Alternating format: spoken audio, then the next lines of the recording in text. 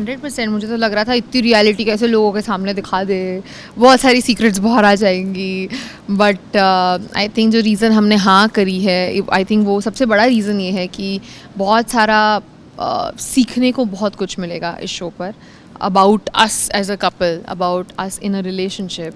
और हमारी शादी भी नहीं हुई है, तो ये एक बहुत बड़ी अपॉर्चुनिटी है बाकी सारे कपल्स के साथ रह के सीखना कि क्या करना है, क्या नहीं करना है, कैसे रहना है। तो आई थिंक मज़ा आने वाला है इन दिस जर्नी। और दूसरा रीज़न ये था कि लोगों को पता चलना चाहिए कि हम रियल लाइफ में कैसे हैं, जो आज तक हमने सिर्फ सोशल मीडिया के द्वारा बताया है। बट या एक अपॉर्चुनिटी है हमारे लिए to connect with our audience. Relationship में जाने के लिए कि गर्लफ्रेंड बॉयफ्रेंड बन जाए, वो वाला प्रपोजल मैंने किया था। बट शादी, वो दूसरा वाला प्रपोजल मैंने किया था। कैसे किया था, क्यों किया था, वो देखने के लिए शो देखना पड़ेगा 2 अगस्त से कलर्स पे। नहीं, हम अंडरडॉग रहना पसंद करेंगे क्योंकि हम ही इकलौते हैं जिनकी शादी नहीं हुई है।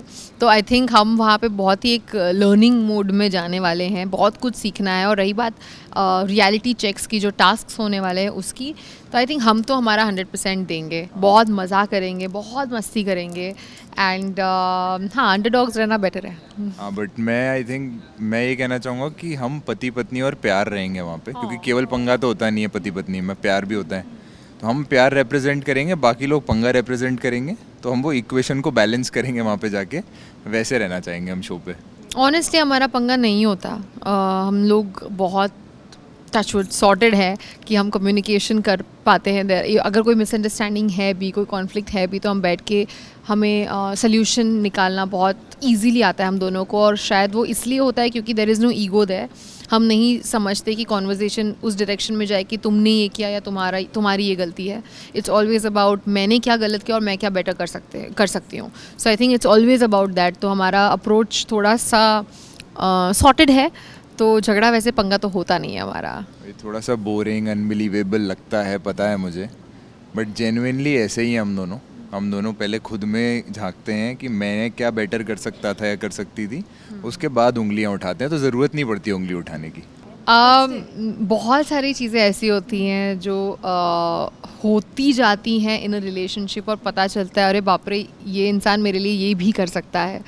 एंड उसमें से एक बहुत इम्पॉर्टेंट चीज़ मुझे एक एपिसोड पर ही पता चली कि ये इंसान इतना पेशेंस है इसमें, इतना प्यार है, और किस लेवल तक ये झेलता भी है मुझे, that is also there. But I think मुझे ये भी एक और नया रियलाइजेशन हुआ था कुछ समय पहले कि मुझे ड्रामा बहुत पसंद है। मुझे ऐसा, जब भी मैं ऐसे बोर होती हूँ, मैं इसके पास जाती हूँ, चलना थोड़ा ऐसा नकली लड़ाई करते हैं, तो मैं करती हूँ ये सब। और not everybody will be okay with this, क्योंकि वो भी बिजी अपनी लाइफ में, वो भी काम है उसका भी। ऐसा नहीं है कि वो फ्री बैठा है कि मैं जब भी कुछ भी बोलूँ वो करे। बट वो अब रिस्पेक्ट करता है कि अच्छा ठीक है, देखो ड्रामा चाहिए, चल कर लेते हैं, ऐसे 2-5 मिनट का कुछ ड्रामा कर लेते हैं हम। आई थिंक ये छोटी छोटी बात, ये जो मान जाता है without me explaining why it is important to me, that is something that I have realised lately. मैं काफ़ी अच्छे से जानता हूँ इसे, बट एक चीज़ जो मुझे लगता था कि शायद कहीं पे कमी आएगी, वो थी पेशेंस की। तो एक टास्क था जो मैं बता नहीं सकता क्या था, और वो बहुत फन टास्क आएगा।